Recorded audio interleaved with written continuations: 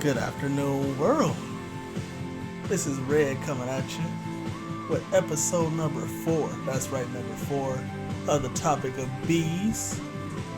And I told you guys last episode that we're going to go ahead and talk about bourbon, beer. But the title of the episode is going to be booze. Because, I give everything a B, although bourbon and beer are also B's. Man, this here is just a simple dialogue. I mean, I'm not the most educated in either one, bourbon or beer, but I like them a lot. They have actually become integral parts of my life, things that I enjoy, things not only that I enjoy to drink, but also things that I enjoy learning about. Man, you can definitely tell that I'm getting older. I remember a time when I was younger, and it didn't really matter what I was drinking. It was, we've all been young. It's go to the bar, have a few shots, and drink whatever's given to you, or go to a party and you drink what you're given and you don't really care what it tastes like. Well, I can tell you that changed for me when I was roughly about 22 years old. Man, what it is that I took a job, I started a career that I've been in now for roughly 10 plus years, and I had a guy because I moved to a city that I had never been in before, and the city was known for just presenting its issues. And I had a military guy that I consider one of my really good friends, older gentleman. He pulled me aside and he took me to a bar, and he told me that I'm going to teach you how to drink like a man and how to survive in a city as such that you are about to be in, and how to make it in this career. And I remember the very first time and the very first kind of bourbon that I had. It was bourbon whiskey, obviously, Jim Beam. And Jim Beam, obviously, a lower tier kind of bourbon, but it was my go-to drink. And the lessons from this guy consisted of, instead of going to the bar, doing 8, 9, 10, shot, drinking beer, mixing your alcohol, doing all these different things, really boozing it up. It was sit here for an hour to however long you want to be there, and get your drink of choice and sip one or two, maybe 3 max, depending on how long you're there, over the course of that entirety of the time. Have a little bit of water. Don't ever mix. Be a sophisticated young man.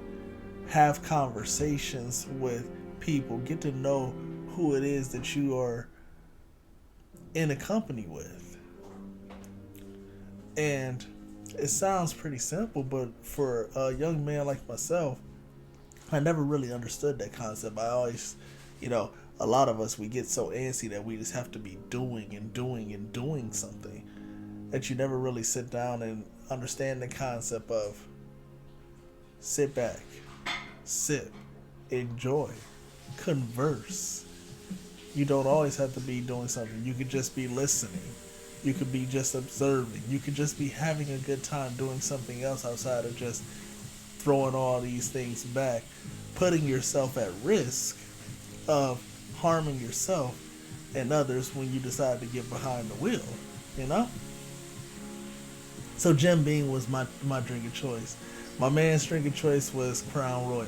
Never really got too much into the Crown, but Jim Beam was my choice, and that started me on a long journey of my bourbon.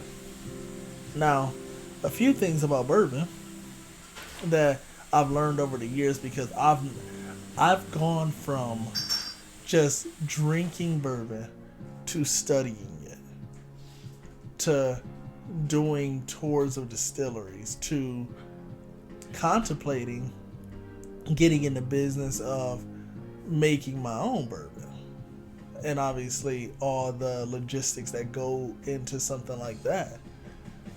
I've even married, like obviously I married my wife, and my wife has now taken a liking to bourbon. We have our list of what our favorites are, and she has what she likes. I have what I like.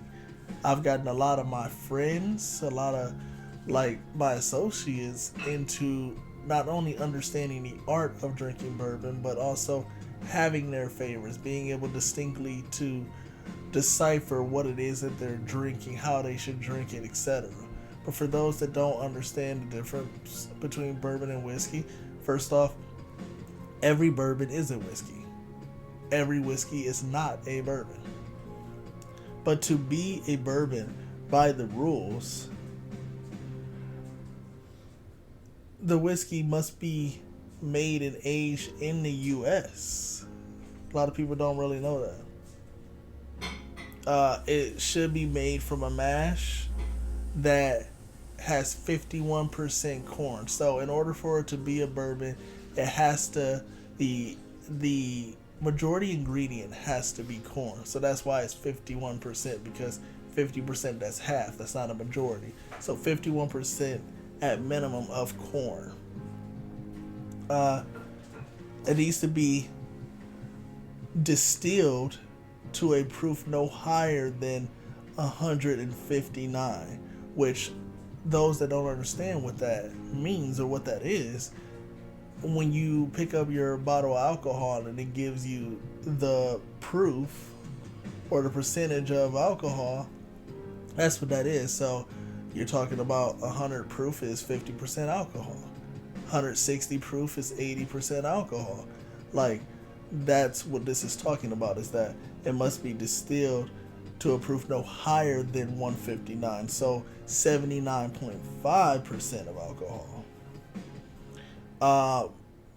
It must be aged in new charred oak barrels and put into the barrel at no more than 125 proof.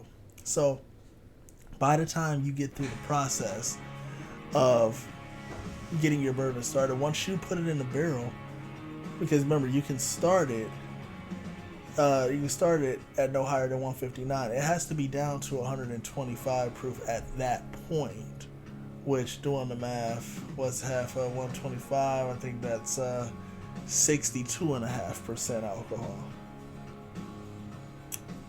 And once you finally get to the entire process of bourbon, your bottle, it has to be bottled at no less than 80 proof. So it cannot be less than 40% alcohol. I think that's how I'm interpreting it. It's like, yeah, it cannot be bottled at no less than 40% alcohol without coloring or flavor being added. And those are just some of the education factors when it comes to bourbon. Now, getting down to the nitty gritty, I told you I started on Jim Beam, man. Jim Beam, I did that for a little while, but then I started to learn a bit about the bourbon, man.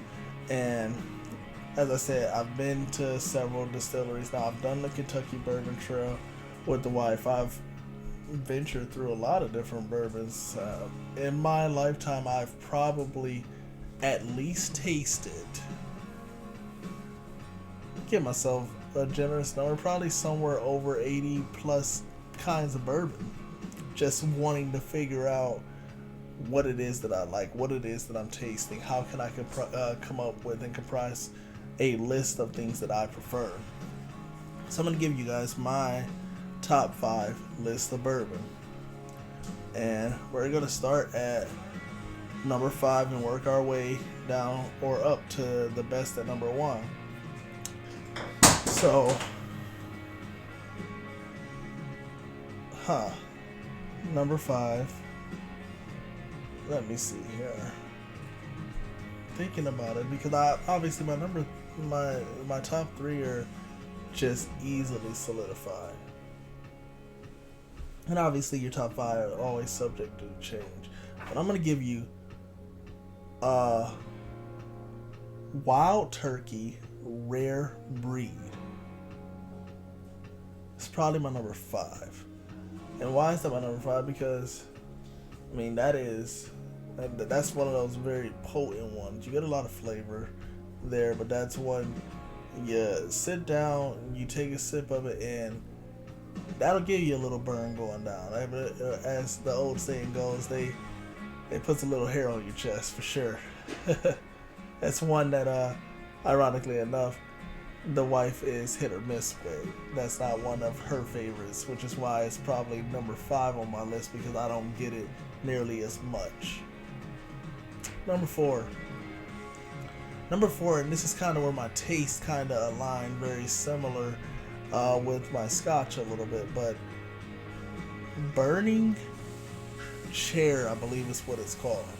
It has a taste, this bourbon has a taste very similar to the Lagavulin 16-year scotch, and which is why I really embody that kind of bourbon. But then we're hitting the top three. Top three, I don't think that this has fluctuated at all since I started drinking bourbon, or since I came up with this list and like really just discovered that I enjoy this. Top three. Number three, Woodford Reserve Double Oak.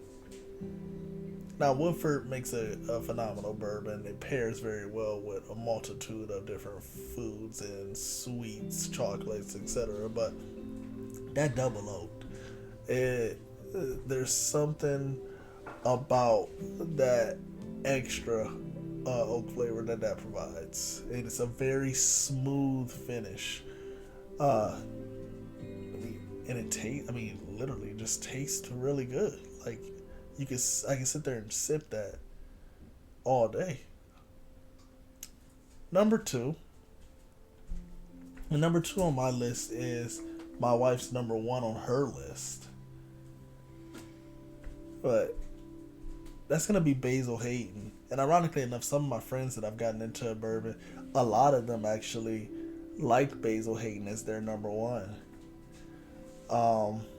It's a distillery that I actually have not been able to get to yet. They do they have their tours and everything at the James Beam Distillery down in Kentucky. It's something that actually I would like to experience and get the wife to this year because that's, again, her favorite bourbon, but it is a very smooth finish with Basil Hayden. Ironically enough, I've had different variations of that. I've had the 10-year anniversaries. I've had the rye versions. And here, very shortly, very soon, I'm going to get to try the malted rye version of it because that is a bottle that I got my wife for her birthday.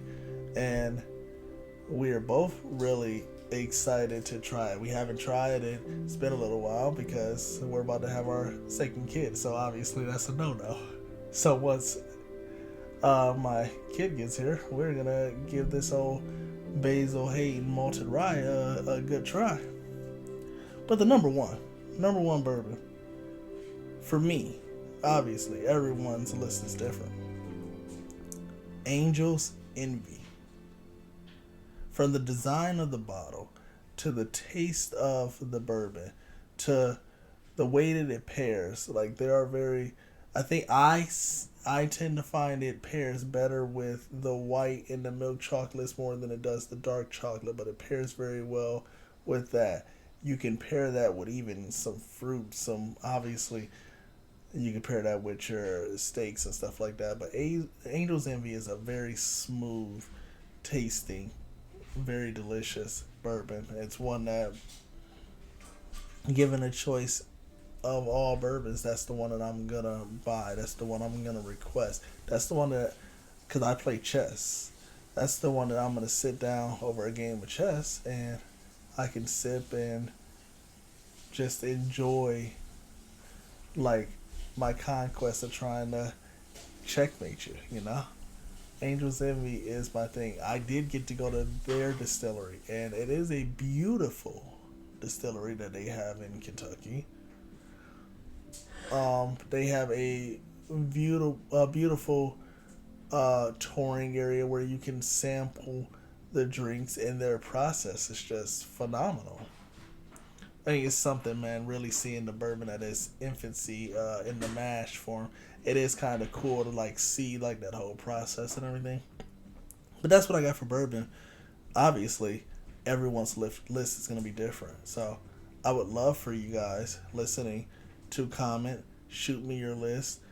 Maybe we can even have a conversation about it and chat back and forth on why your list is different than mine. And um, maybe you have a few different things that you can recommend to me and I can give a try to. Next, we're going to just briefly talk about beer. I don't know much about beer. Like, I know what I like. And I am an IPA guy. I love I love me a Belgian IPA. I love me a New England IPA. And I love the hops, the hops, the hops. So the doubles and the triple IPAs are my thing. And again, we talked about coming up, growing up, man. I used to view beer as, hey, the cheaper the better because I'm not spending so much money. So yeah, I've gone through the Bush Lights, the Bud Lights, the Millers, and those were on the expensive side. I had oh, what is that? The American something. I forget what that is. But I've had those. I've had the Keystones, the Natty Lights. You know, all those beers. You know, I've played my fair share of the beer pong.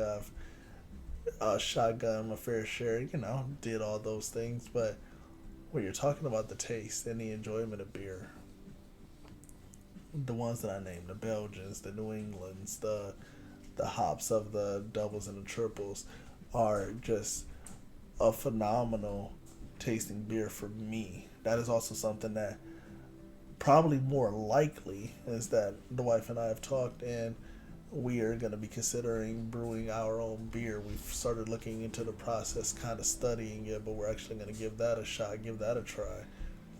One of the greatest experiences, one of the greatest tasting beers that I've had, and obviously my taste have changed over the years, so I might not feel the same about it right now, but is I really enjoyed the Dogfish Head, but there was a time where I was in Delaware, Ohio, and I got to go to a special event where you were going to get to taste the Dogfish Head 60-minute, followed by the Dogfish Head 90-minute, followed by something that you can rarely get, the Dogfish Head 120-minute.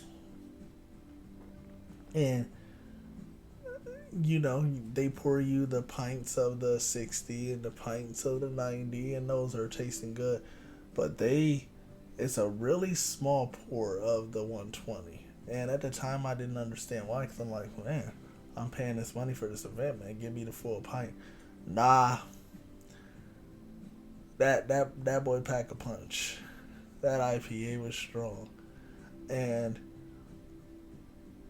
you don't think that it's something that hits you, but once you take that down and you stand up, you get them shaky legs, you know, the stanky leg, you know, that sort of thing. Good flavored beer. I have a buddy who we've been friends for a long time. He was in my wedding, I was in his wedding, and we've made it a point since that time, so some years now, that we get together, and it was just he and I for a while, but now it's his wife, uh, and my wife, we get together and we bring the kids too. We get together and we have a brewery day probably 2, 3 times a year. And again, I'm here in the state of Ohio, so we try and hit the three bigs. We try to hit the Cleveland, Columbus, Cincinnati. But last year we got to venture out into Medina. Like we've done Ashlands. Like we try to wherever there's a distillery we try to get to, and it's the object is to go out and just to see what kind of different beer there is. But that's just fun. Again, I'm a bourbon drinker. My tastes are kind of aligned a little bit. I'm an IPA drinker. I could even get into wine. I'm a drier red kind of drinker. But hey, I'm a responsible, educated, wanting to learn and know everything about what it is that I am putting in my body kind of drinker. And it's fun, it's enjoyable. But I would love to learn a little bit more about beer for those that are the avid beer drinkers. Leave a comment. Talk to me. We can obviously all, as I said before, all topics are able to be revisited. Leave a comment. We can get it set up, have some in-depth conversations about it, and I can learn a thing or two. But this here actually turns out to be so far my shortest podcast episode. I hope that you guys enjoyed listening to the bourbon and the beer. Again, the booze associated with Topic of Bees. This is going to conclude episode 4.